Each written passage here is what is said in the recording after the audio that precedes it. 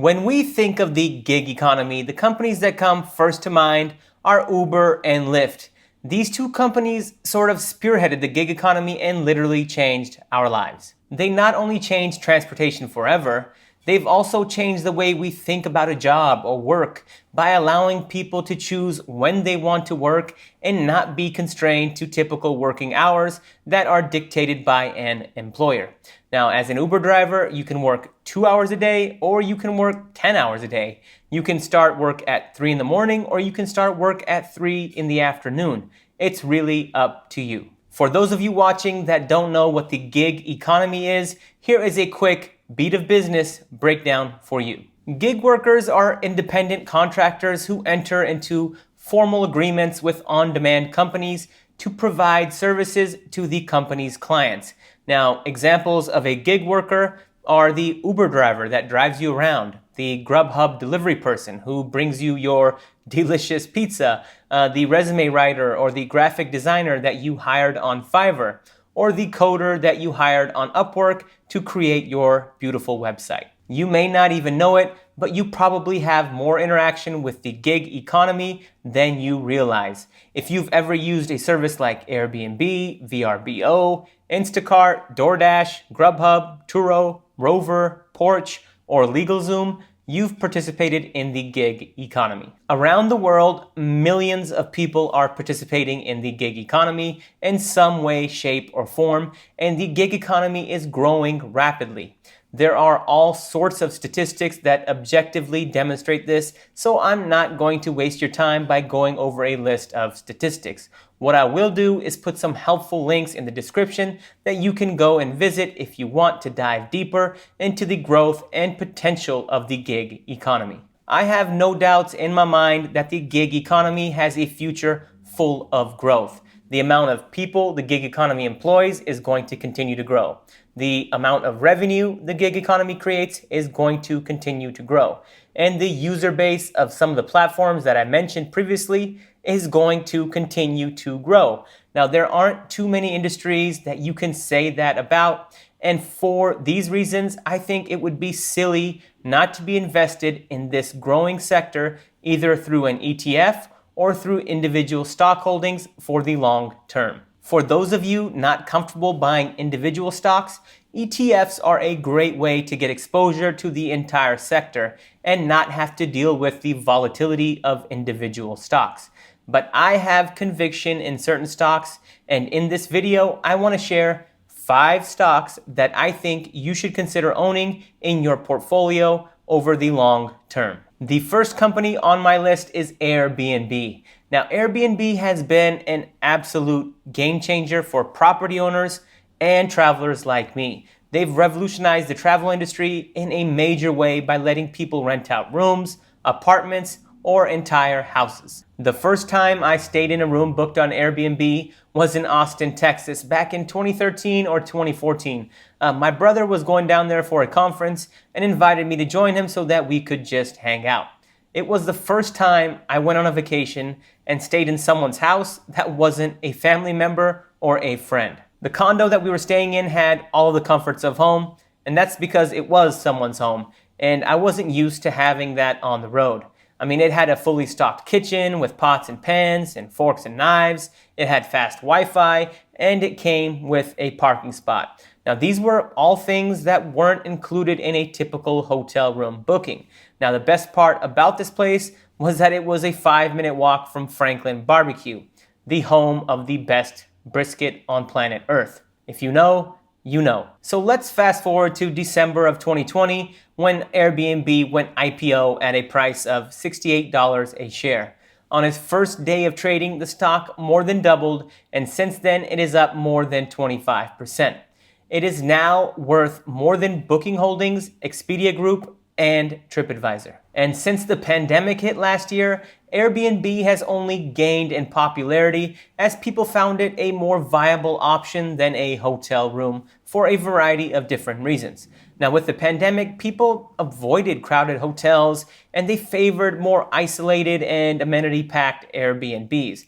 Now, not only were the Airbnbs a healthier and safer choice, they were also a better choice for travelers who were working from home and they needed a home office to work out of. The pandemic sped up adoption of vacation rentals, and people who otherwise would not have booked an Airbnb found themselves using the platform.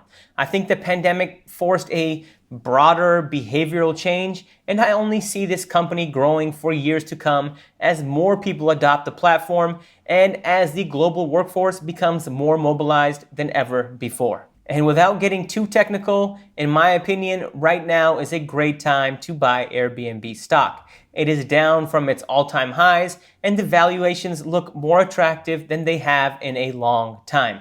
I truly believe that Airbnb could be a $300 stock in the next year or two. Number 2 on my list is Shopify. And if you aren't familiar with Shopify, you can think of it as the Amazon.com for small businesses. It lets entrepreneurs, or in this case, gig workers, set up their own online storefronts to sell goods and services.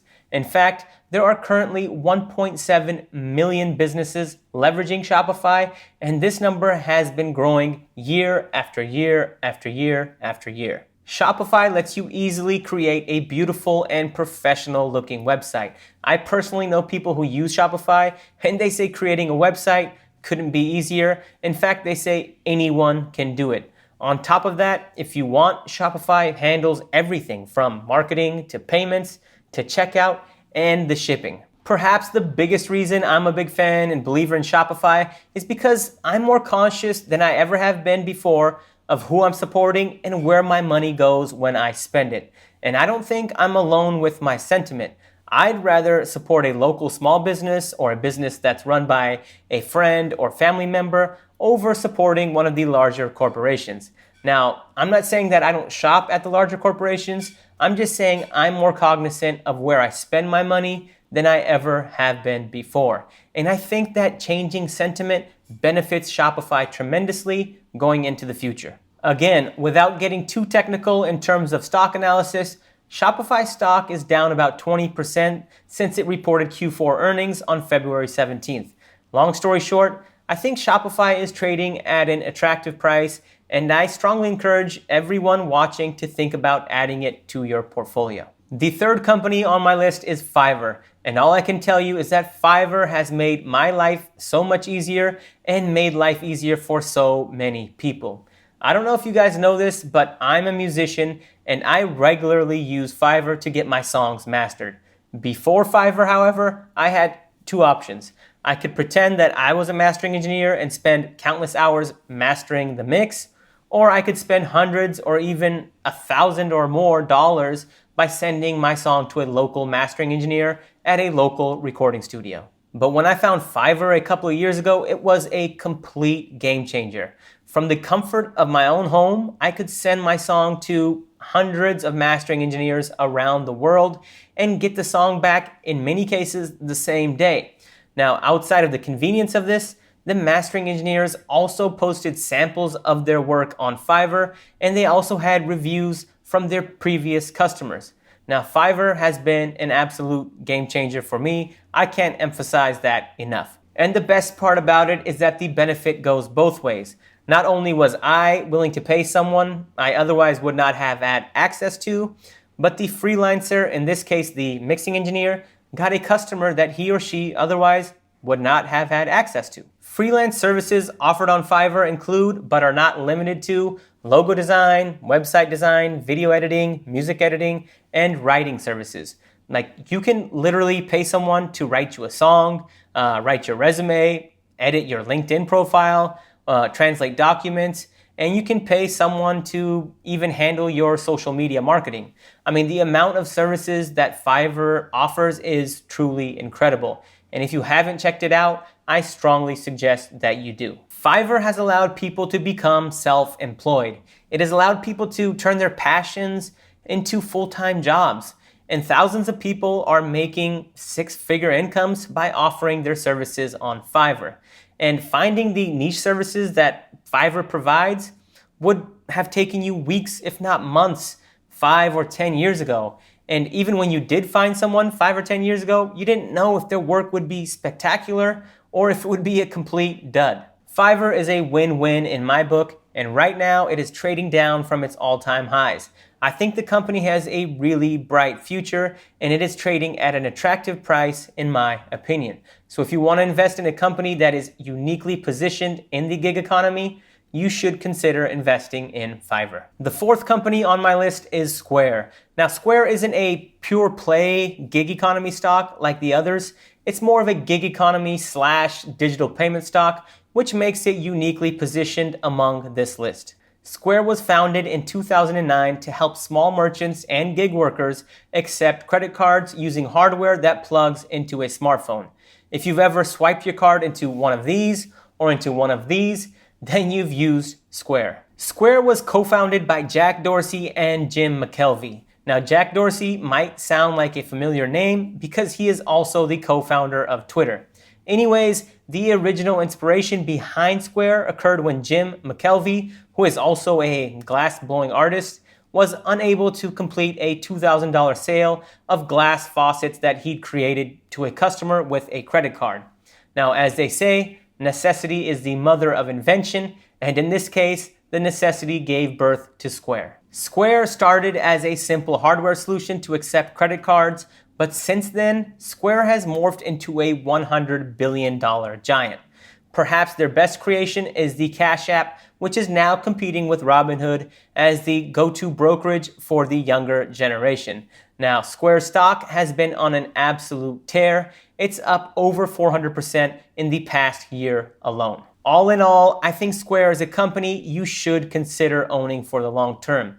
Its share price and valuation may look and feel expensive, but the company is still only a third of the size of its main competitor, PayPal. My fifth and final stock pick is Spotify. Now, for years, Spotify has been the go-to music streaming service for millions of people, including myself. But in recent years, Spotify has made a real push to dominate all aspects of online audio, particularly podcasts.